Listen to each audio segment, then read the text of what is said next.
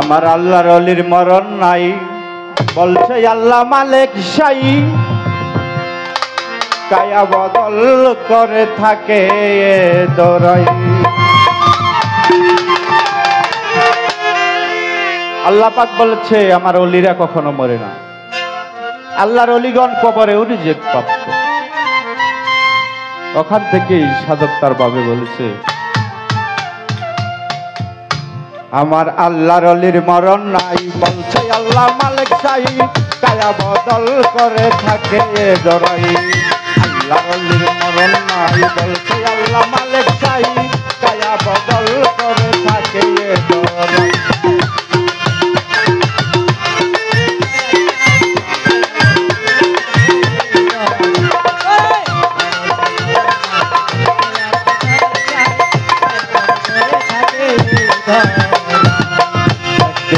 পীরে বলছে গিয়া তার চাকরে, শোনেন শোনেন গো হুজুর আপনাকে জানাই,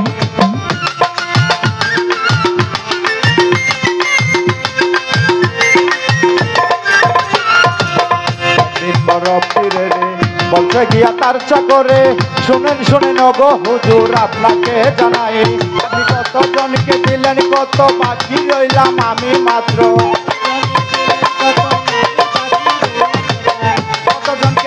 কত বাকি রইলাম আমি মাত্র, কবরে জবাব দিব দেখি নাই ভাই। আমার আল্লাহর অলির মরণ নাই, বলছে আল্লাহ মালিক শাই, কায়া বদল করে থাকে দরাই। আল্লাহর অলির মরণ নাই, বলছে আল্লাহ মালিক শাই, কায়া বদল করে থাকে দরাই।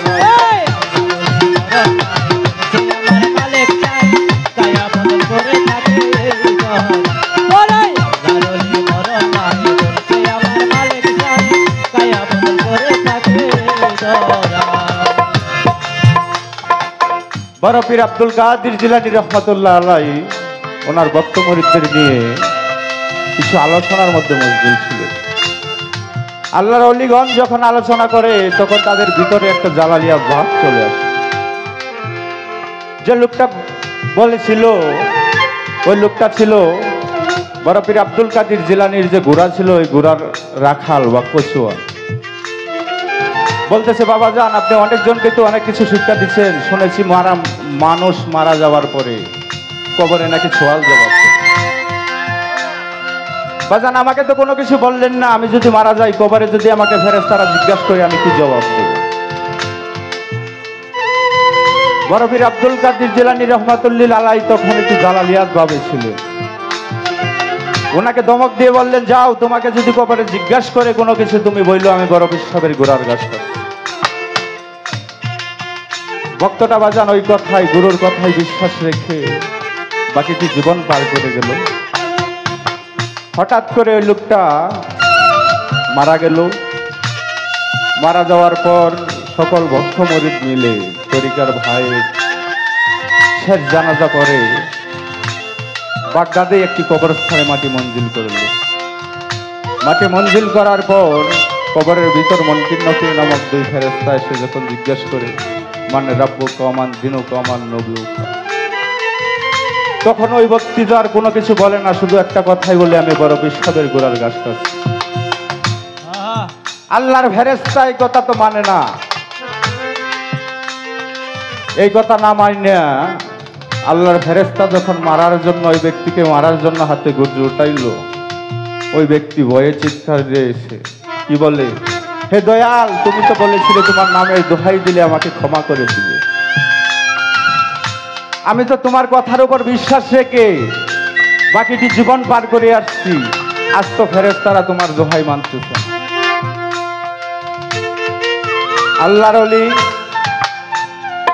তার ভক্তের চিৎকার শুনতে পেল, রুহানিয়াত ভাবে কবরে গেল। কবরে যাওয়ার পর মুনকির নকির দুই ফেরেশতাকে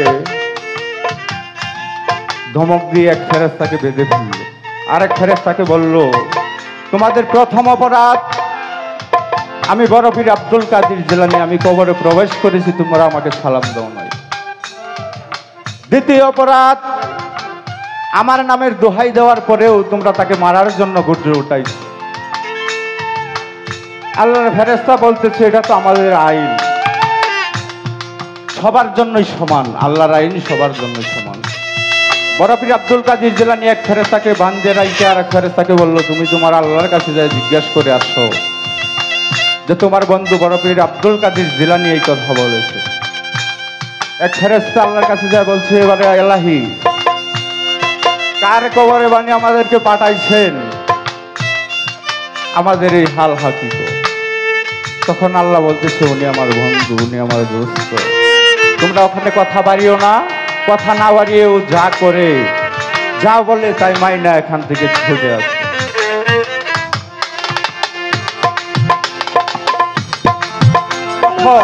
বড় পীর আব্দুল কাদের জিলানী বলেছিল,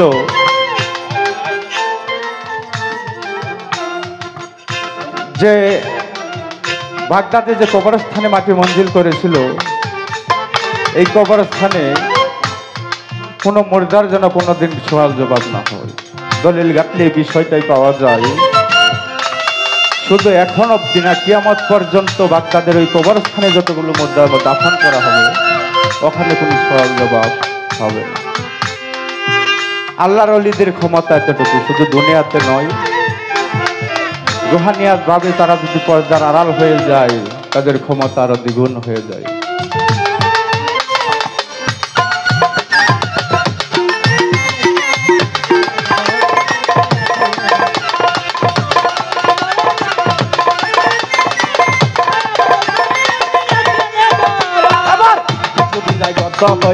হঠাৎ বেটা যাই মরিয়া, বিয়ার সাজন সাজাইল মিলে লোকজনাই।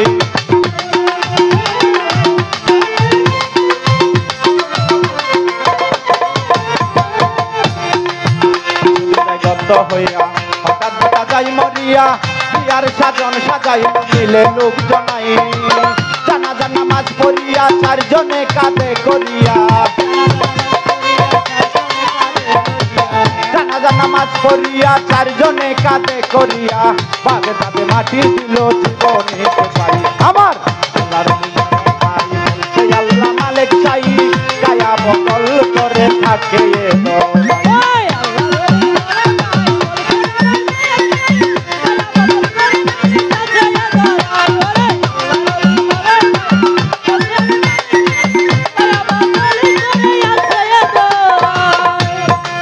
কবরে এসে ফেরেশতা তার কাছে জিগাই কথা, মানে রাখু গায় মান দিনুকা।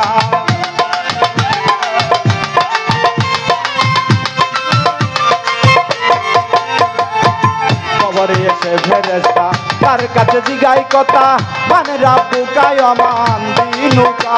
আমার নবীকা জিজ্ঞাসিলে কবরে ওই কথাই বলে, নবীকা জিজ্ঞাসিলে কবরে ওই কথা বলে। বড় পীরের গোড়ার গাছ তার দুনিয়ায়, আমার আল্লাহর ওলির মরণ নাই, বলছে আল্লাহ মালিক চাই, গায়া বদল করে থাকে এ দোনায়।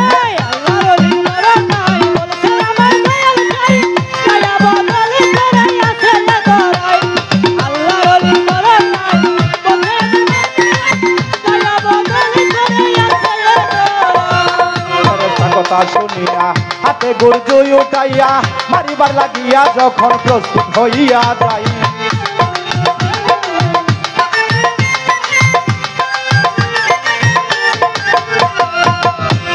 কথা শুনিয়া হাতে গুরজুই উঠাইয়া, মারিবার লাগিয়া যখন প্রস্তুত হইয়া যাই।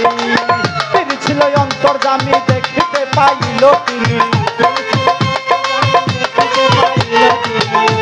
ছিল অন্তর্যামী, দেখিতে পাইল তিনি। রুহানি ভাবেতে ফিরে আসে ওই জায়গায়। আমার আল্লাহর ওলি মরণ নাই, বলছে আল্লাহ মালিক চাই, গায়া বদল করে থাকে এ দোনায়।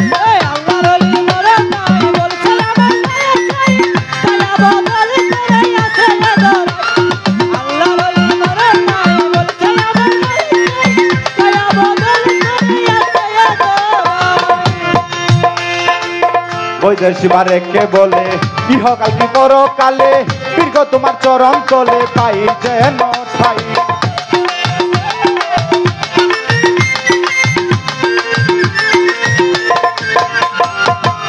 শেষবারে কে বলে গৃহকাল কি পরকালে দীর্ঘ তোমার চরণ তলে পাই যেন ঠাই আমি আর কিছু দন চাই না ও চাই রাব্বানা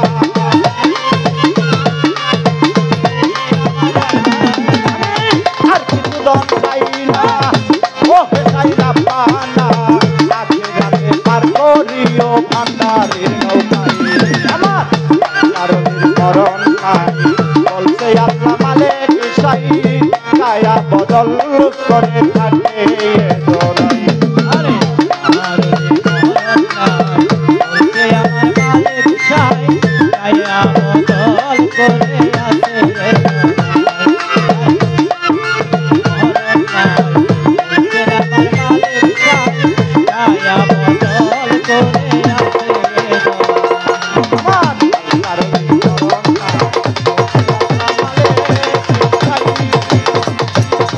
কায়া বদল করে